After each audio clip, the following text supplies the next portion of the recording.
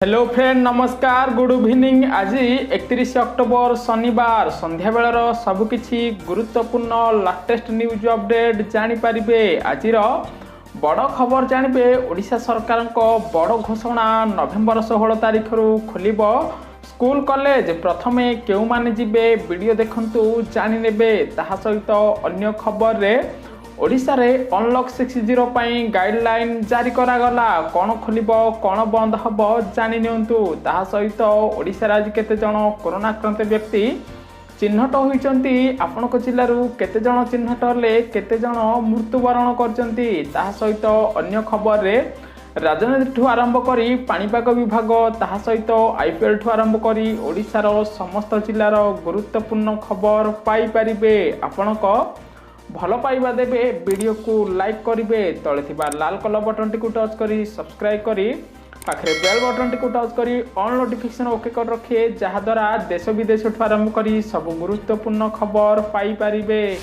परवर्ती खबर supreme court को गुरुत्वपूर्ण राय, शिशुर अधिकार सर्वोपरि। सूचना अनुसार शिशु माँ अबा पिता कहा पाखरे रहिले भल, एने एक मामलार सुप्रीम कोर्ट एक गुरुत्वपूर्ण राय देइचंती। कोर्ट कहचंती जे शिशुर अधिकार सर्वोपरि, तेणु से माँ पाखरे रहिबा उचित। एने माँ को कोर्ट को पक्षरु जारी होइथिबा शर्त पालन करबा को पड़िबो।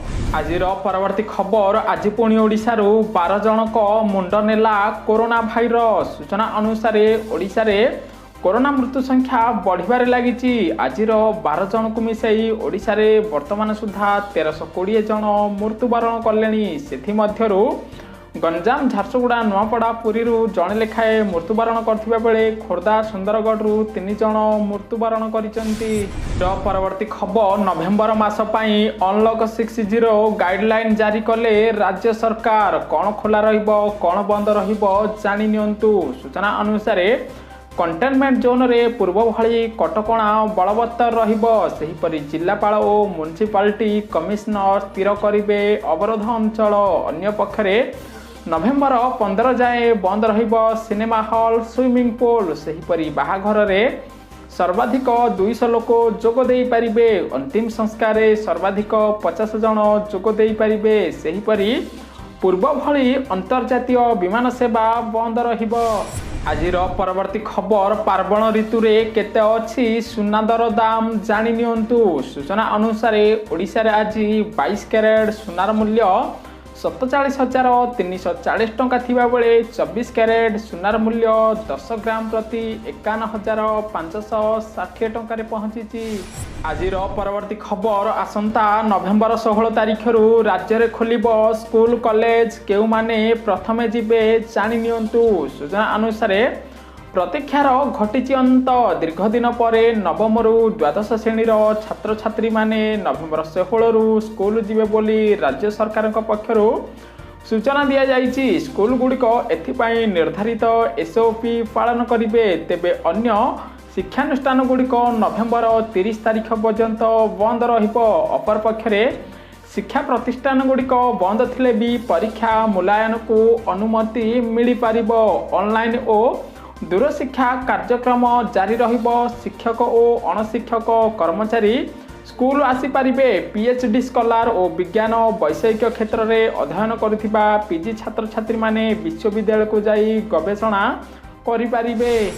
आजिर परवर्ती खबर प्रकाश पाइला देशर सुशासित राज्यर तालिका। ओडिशार स्थान केते नंबर रे जानि नियंतु। सूचना अनुसार वर्तमान सुधा देशर सबुठू सुशासित एवं खराब शासित राज्यर तालिका आसीची, जेउथिरे बाजी मारिची अण बीजेपी कांग्रेस शासित राज्य। सबुठू खराब राज्य तालिका रे उत्तर प्रदेश, ओडिशा, बिहार रहिची। नंबर 1 स्थान रे रहिची केरल 1.388%। परवर्ती खबर इंटरनेट स्पीड रिकॉर्ड रे जियो एयरटेल को पछरे पकाइला वोडाफोन आइडिया। सूचना अनुसार वर्तमान सुधा एयरटेल जियो को पछरे पकाइछि वोडाफोन आइडिया। रिपोर्ट अनुसार एथर एयरटेल द्वितीय स्थान रे थिबा बेले रिलायंस जियो तृतीय स्थान में अच्छी सेहीपरि इंटरनेट स्पीड रे वोडाफोन आइडिया देश में 1 नंबर स्थान हासिल करिछि।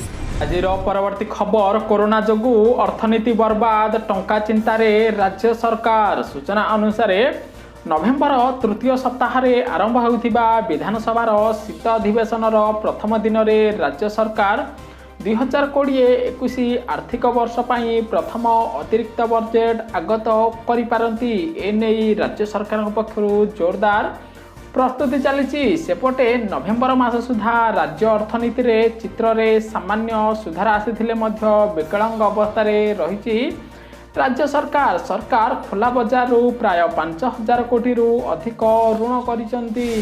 आजिर परवर्ती खबर विदेशी आसुची पियाज आलू एवं डाली कमिब दर दाम। सूचना अनुसार पियाज एवं आलूर मूल्य आकाश छुआ होइथिबारु ग्राहक व्यापार मंत्री पीयूष गोयल कहिसंती जे पियाज आलू आमदानी होइछि। देशर केतक स्थान में खुचरा पियाज मूल्य किलोग्राम प्रति 80 टंकार पहुंचीथिला।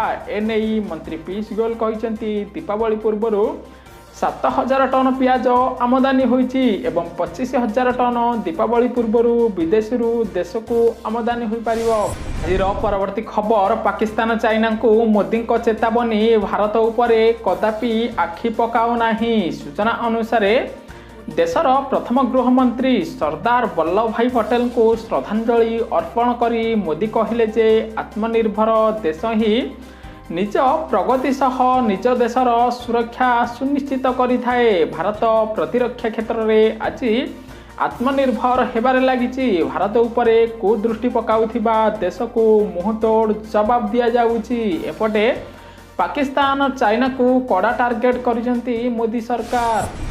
परवर्ती खबर आज हैदराबाद पाई करबा मर परिस्थिति। सूचना अनुसार आजिर आईपीएल रोमांचकर मैच रे सनराइजर्स हैदराबाद को भेटिबो रॉयल चैलेंजर बेंगलोर। सेपटे प्ले ऑफ टीम रे रहिबाकू हेले आज सनराइजर्स हैदराबाद को रॉयल चैलेंजर बेंगलोर को हरैबाकू पड़िबो।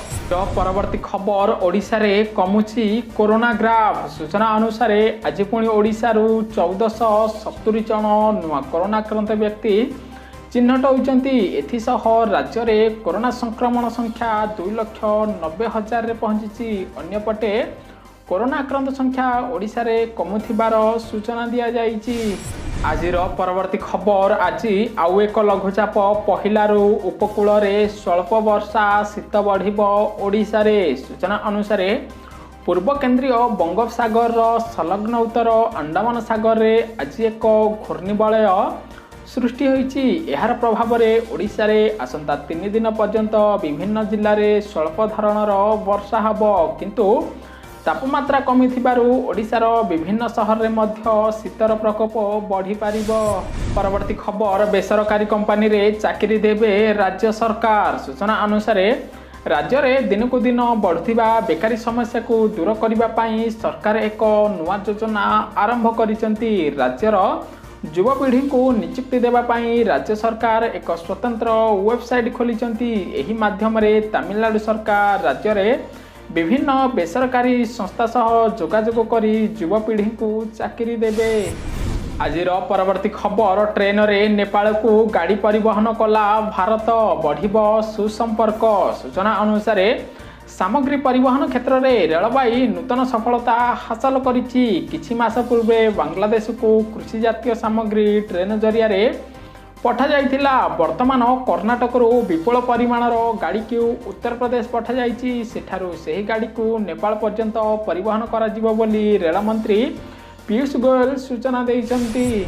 आजिर परवर्ती खबर बिना परमिट रे चलुथिबा 20 बस रु ई चालान कटिला। सूचना अनुसार बिना परमिट रे चलुथिबा 20 टी बस को ठाब करी परिवहन विभाग पक्षरु ई चालान माध्यम रे 2,44,000 टंका वर्तमान सुधा आदाय करा जाइछि। एहा थिला आज संध्या बेलर किछि गुरुत्वपूर्ण लेटेस्ट न्यूज अपडेट। न्यूज टी भल लागिथिले वीडियो को लाइक करिवे, समस्त ओडिशावासी को शेयर करंतु।